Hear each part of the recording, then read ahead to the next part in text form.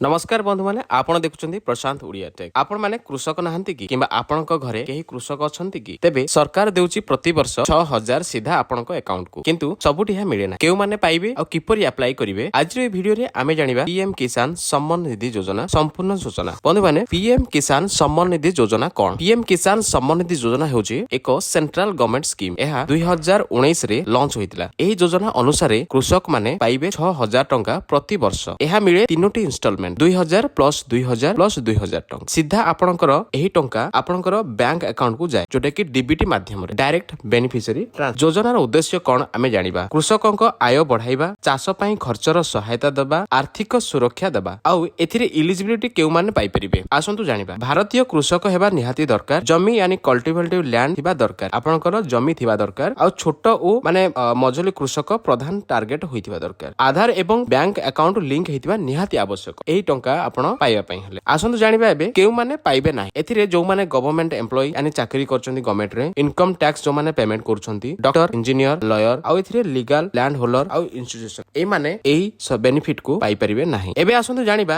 एही जो बेनिफिट को पाइया पई हेले एही प्रधानमंत्री सम्मान निधि योजना को अकाउंट खाता खोलिया पई हेले आवश्यक डॉक्यूमेंट कोन कोन रहिछि? आवश्यक डॉक्यूमेंट रहिछि एथिरे आपनकर Aadhaar card bank passbook land record आउ आपनकर मोबाइल नंबर ए चारोटी डॉक्यूमेंट बहुत इंपोर्टेंट। ए चारोटी डॉक्यूमेंट आपण रेडी रखंतु आउ एबे आसंतु जानिबा याको आपण अप्लाई करिवे किपरि। अप्लाई करिवा पई हेले सिंपल एथिरे आपनको पीएम किसान ऑफिशियल वेबसाइट को जिवे नुआ रजिस्ट्रेशन करचंती पीएम किसान ताले आपण निजे मध्य करि परिवे। तो एथिपे आपनको मोबाइल स्क्रीन को जिवे मोबाइल स्क्रीन रे आपण गूगल क्रोम ब्राउजर को आपण ओपन करनेबे गूगल क्रोम ब्राउजर रे ओपन करिकि एठार लिखिबे आपण पीएम किसान लिखिला परे आपनको एई टाइप रो इंटरफेस देखिया को मिलिबो। एठार पीएम किसान सम्मान निधि योजना रो गोटे लेखा आसीबो तो एठी आपण कोन करिवे क्लिक करनेबे पीएम किसान सम्मान निधि क्लिक कला परे आपण देखि परचंदी एठी आपनकर फार्मर कॉर्नर रे न्यू फार्मर रजिस्ट्रेशन ऑप्शन पाइबे किंबा यार टॉप रे मध्य न्यू फार्मर रजिस्ट्रेशन और न्यू ईयर स्टेटस मध्य देखिया पाइबे। एई वेबसाइट रे आपण पीएम किसान रो सब संपूर्ण जिंस और संपूर्ण इंफॉर्मेशन संपूर्ण सर्विस एठी आपण पाइ परिबे। तो एबे आमे जदि नुआ रजिस्ट्रेशन करिया को जिबा ताहले आपण को प्रथम कोन करिया पड़िबो आपण न्यू फार्मर रजिस्ट्रेशन उपरे एठारे क्लिक करनेबे न्यू फार्मर रजिस्ट्रेशन क्लिक कला परे एई टाइप रो इंटरफेस आपण देखिया को मिलिबो। एठारे आपण न्यू फार्मर रजिस्ट्रेशन ऑप्शन रे फॉर्म रे आपणकर आधार नंबर देबे आपणकर मोबाइल नंबर देबे जोटा आपणकर बेसिकली सब बळे यूज करिवे आपणकर आधार नंबर सहित आपण मोबाइल नंबर टी लिंक थिबा दरकार। तो एथिरा परे मोबाइल नंबर देला परे एठी आपण स्टेट को सिलेक्ट करिवे जो राज्य रो आपण तापरे ए जो आपण कैप्चा जो साइड रे जा अक्षर लिखा हिची एठी आपण जहाँ लिखा हिची ता लेखि कि गेट ओटीपी रे क्लिक कले आपण से मोबाइल नंबर रे गोटे ओटीपी आसीबो ओटीपी आसिला परे सेट गोटे आपणकर रजिस्ट्रेशन नंबर क्रिएट हेबो आ गोटे फॉर्म रे एठी ओपन हे जिवो से फॉर्म टाको कंप्लीटली जहाँ लिखा हिची डिटेल्स आपणकर आपणकर आधार कार्ड हिसाब रे आपणकर जो जमी रेकॉर्ड हिसाब रे सब डिटेल्स आपण फिलअप करके सबमिट कर देबे। सबमिट कला परे आपण गोटे रजिस्ट्रेशन नंबर क्रिएट हेबो जो रजिस्ट्रेशन नंबर रे आपण चाहिले पर स्टेटस को चेक करि परिबे।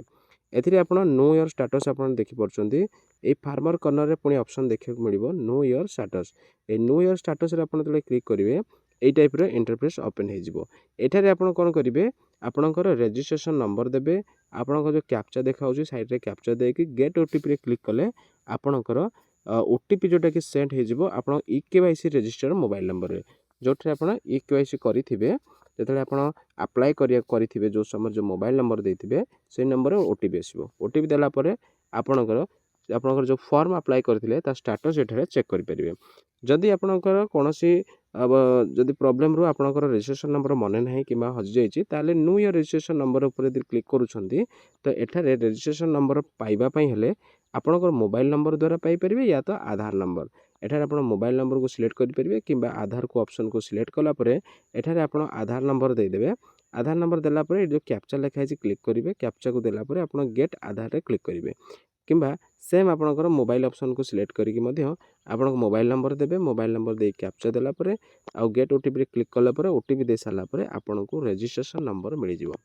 ए होची प्रोसेस अप्लाई करिवार बहुत सिंपल प्रोसेस। जदि भी आपनको कौन असुविधा होची निजे मोबाइल रे करिवा पई तो नियरेस्ट सीएससी सेंटर रे विजिट करंतु या जनसेवा केंद्र रे विजिट करिके आपनको जो डॉक्यूमेंट मो आपनको जणैछि से डॉक्यूमेंट साथी रे नै आपण तुरंत जेहेतु फार्मर अछंती आपण ताको अप्लाई करनियंतु।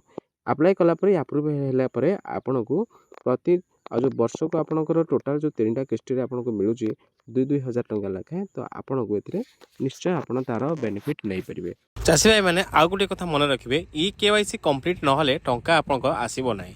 बैंक अकाउंट आधार सहित लिंक हेबा निहाती दरकार आ लैंड रेकर्ड आपनकर करेक्ट हिथिबा दरकार।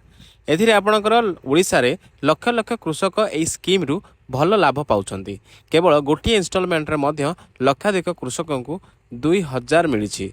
आउ पीएम किसान योजना रे कृषक मानक पई एक बड़ सहायता। छोट टंका हेले मध्य बहुत उपकारी। जदि भिडियोटी भल लगिला लाइक शेयर एवं सब्सक्राइब करनियंतु एमिति सरकारी योजना अपडेट पाए। नमस्कार, पुणी देखा हबो आ गोटिए भिडियो रे।